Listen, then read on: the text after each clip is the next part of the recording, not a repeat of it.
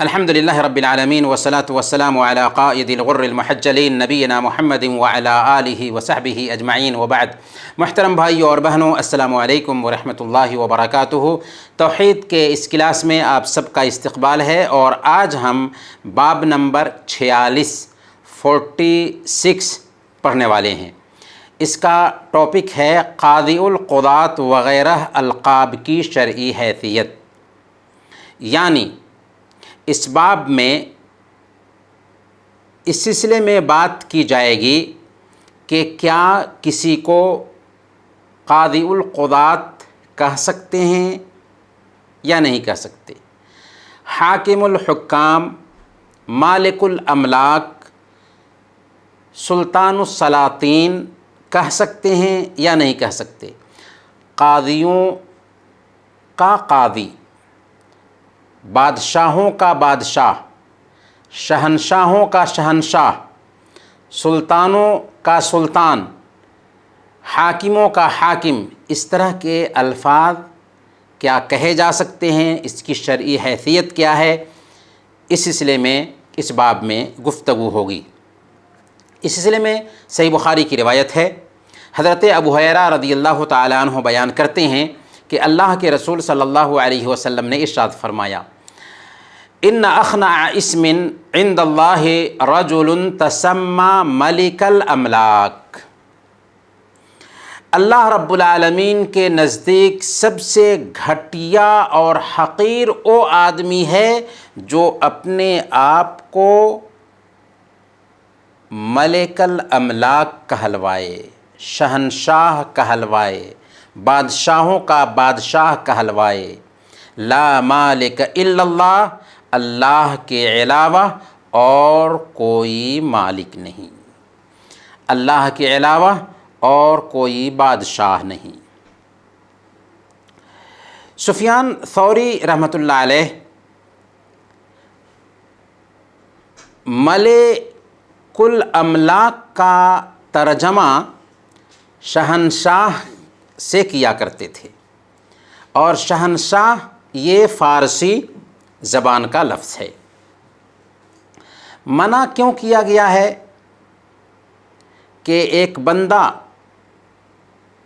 اللہ رب العالمین کے علاوہ کسی اور کو قاضی القضات کہے یا حاکم الحکام کہے یا ملک الاملاک کہے یا سلطان السلاطین کہے۔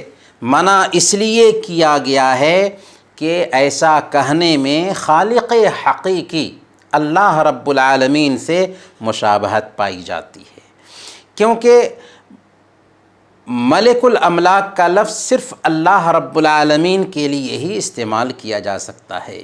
وہی بادشاہوں کا بادشاہ ہے، وہ جسے بادشاہت دیتا ہے اسے بادشاہت ملتی ہے، اور جس سے بادشاہت چھینتا ہے اس سے بادشاہت چھین لی جاتی ہے۔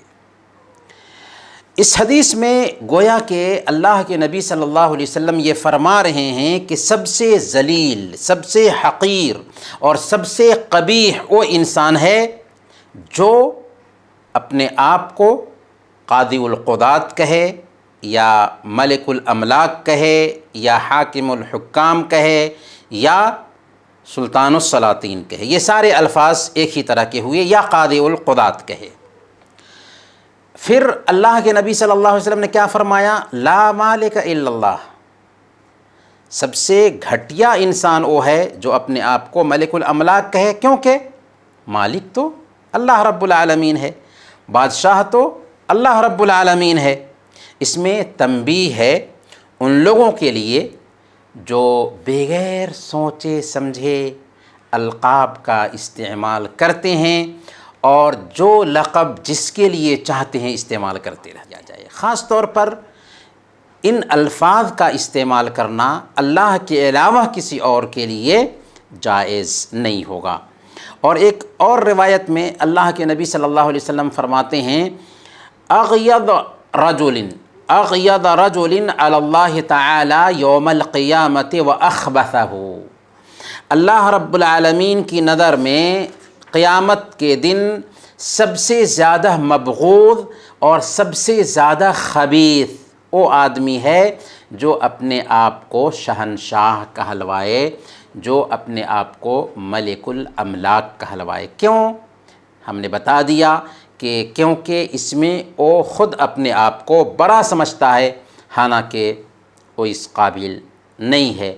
اللہ رب العالمین ہی سب سے عظیم ہستی ہے۔ برکیف اس باب کا خلاصہ یہ ہوا کہ کسی کو قاضی القضات نہیں کہا جا سکتا، کسی کو حاکم الحکام نہیں کہا جا سکتا، کسی کو شہنشاہ نہیں کہا جا سکتا، کسی کو ملک الاملاک نہیں کہا جا سکتا، کسی کو سلطان السلاطین نہیں کہا جا سکتا۔ وجہ کہ اس کے اندر مشابہت پائی جاتی ہے اور اپنے آپ کو رب کے درجہ میں رکھنے کا مفہوم پایا جاتا ہے، یا کسی شخص کو رب کی صفت دینے کا مفہوم پایا جاتا ہے۔ اس لیے اس طرح کے الفاظ کسی انسان کے لیے استعمال نہیں کیے جائیں گے۔